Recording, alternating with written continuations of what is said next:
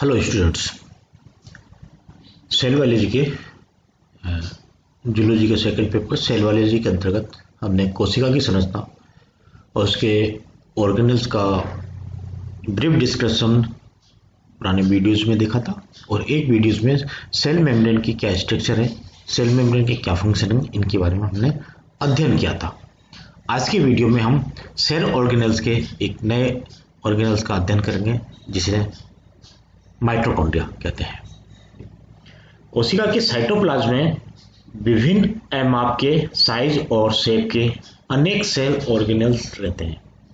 ये कोशिका द्रव्य में उपस्थित रहते हैं, अतः कोशिका द्रव्य अंग भी कहलाते हैं। यूकेरियोट कोशिका में माइटोकॉन्ड्रिया भी है, ईआर भी है, राइबोसोम भी है, गोल्गी बॉडी भी, लाइसोसोम से इस प्रकार से ये अंग उपस्थित है। इसमें आज जो है हम माइटोकॉन्ड्रिया के बारे में जानकारी ले रहे हैं, इसकी हिस्ट्री जान लेते हैं। द माइटोकॉन्ड्रिया, जिसे प्लूरल रूप में माइटोकॉन्ड्रिया कहते हैं और नहीं तो माइटोकॉन्ड्रियन, ग्रीक भाषा का शब्द है। It is A double membrane bound organelle है, फाउंड यूकेरियोट से, दोहरी झिल्ली से आबद्ध ऑर्गेनल है, अंगक है जो यूकेरियोट कोशिका में मिलता है। माइटो मीन्स होता है थ्रेड और कॉन्ड्रियन मीन्स ग्रेन्यूल लाइक। ये कोशिका द्रव्य में साइटोप्लाज्म में कणीय या तंतु के समान उपस्थित होते हैं, इसलिए इनको माइटोकॉन्ड्रिया नाम दिया गया है, thread granule like. Found in cytoplasm of cells, ठीक है। पावर हाउस ऑफ सेल्स ये कहलाते हैं, मतलब जितनी भी कोशिका को ऊर्जा मिलती है, ऊर्जा उत्पन्न होती है, वो इसी से होती है, इसलिए बिजली घर ये कहलाता है। First observe by Richard Altman ने 1894 में सबसे पहले इसको ऑब्जर्व किया था और ये जो माइटोकॉन्ड्रिया टर्म दी है, ये माइटोकॉन्ड्रिया टर्म दी कार्ल बेंडर ने 1898 में टर्म दी थी। द सिम्बायोटिक थ्योरी कि ये माइटोकॉन्ड्रिया की जब आगे हम मॉलिक्यूलर बायोलॉजी में पॉइंट से देखते हैं तो माइटोकॉन्ड्रिया के अंतर्गत डीएनए भी पाया जाता है, सर्कुलर डीएनए पाया जाता है। तो उस आधार पे ये कहा जाता है कि ये स्वयं एक प्रकार से कोशिका के रूप में है, प्रोकैरियोट कोशिका के रूप में है।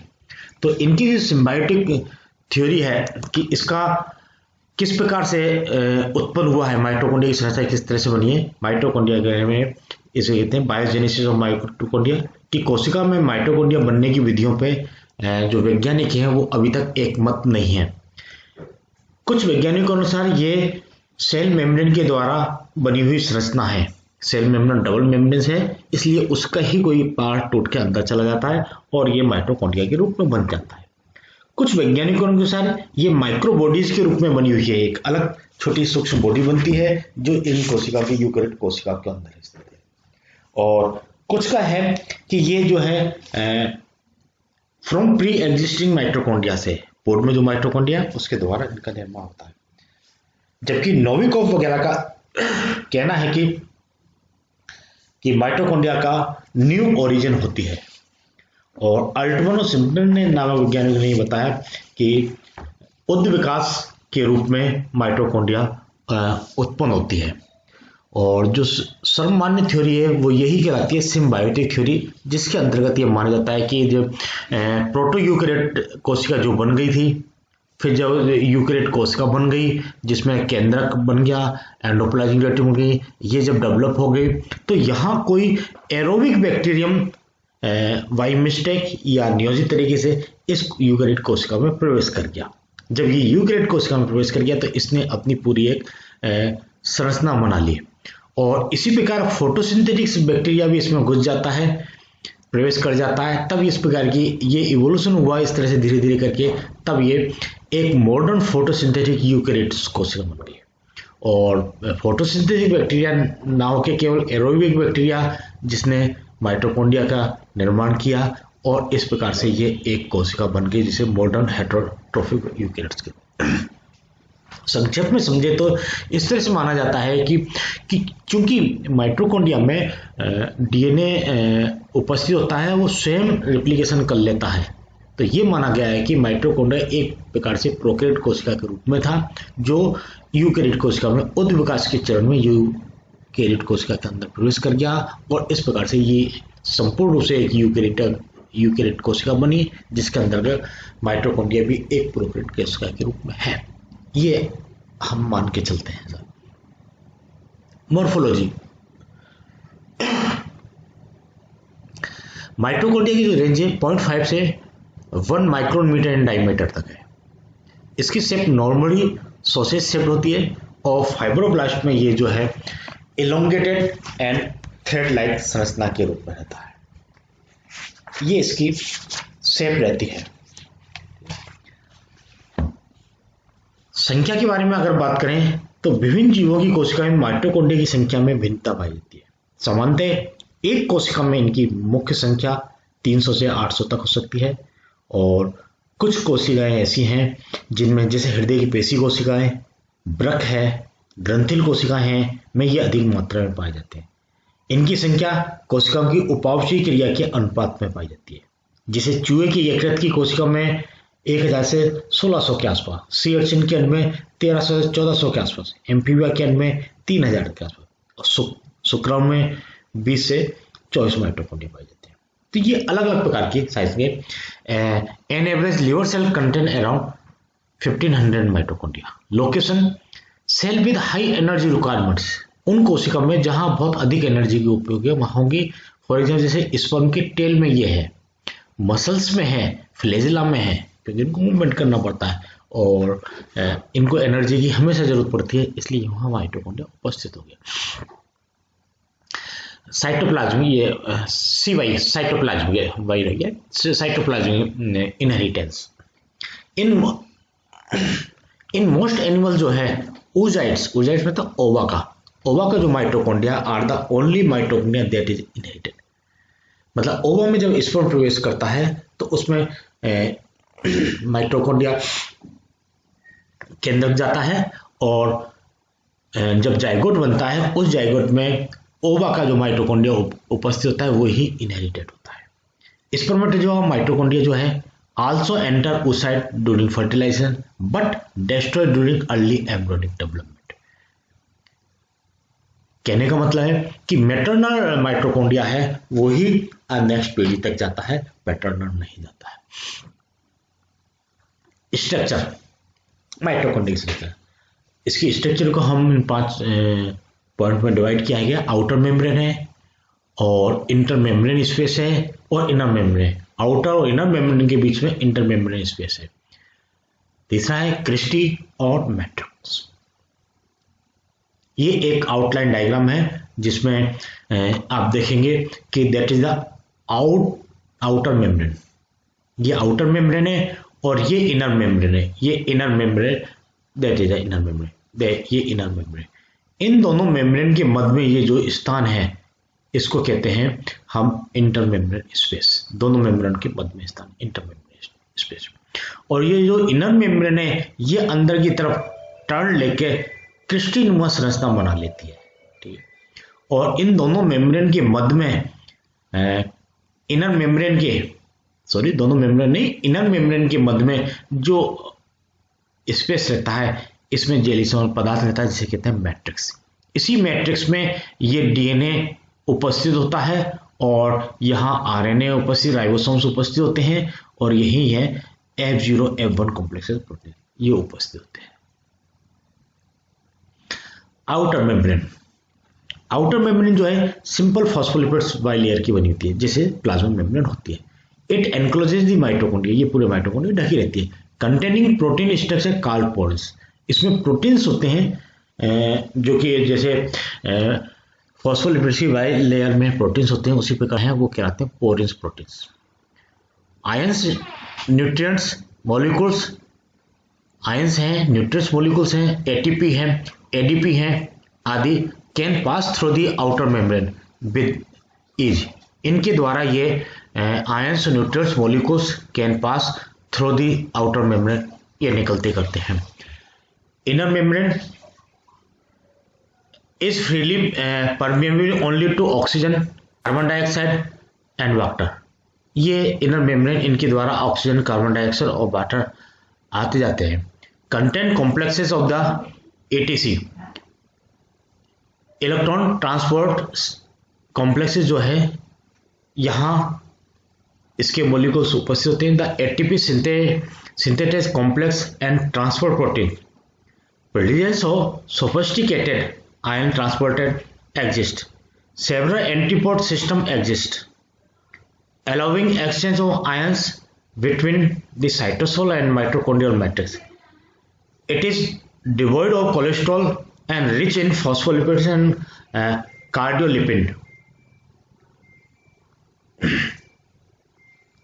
ये आउटर मेम्ब्रेन है और इनर मेम्ब्रेन, दोनों मेम्ब्रेन को हम जब देखते हैं तो दोनों फास्फोलिपिड्स की बाई लेयर के द्वारा बनी हुई होती हैं और ये इंटर मेम्ब्रेन स्पेस है। इसके अंदर यहाँ मैट्रिक्स है, inter membrane space, outer membrane, inner mitochondrial membrane, inter membrane space, the space between inner membrane and outer membrane.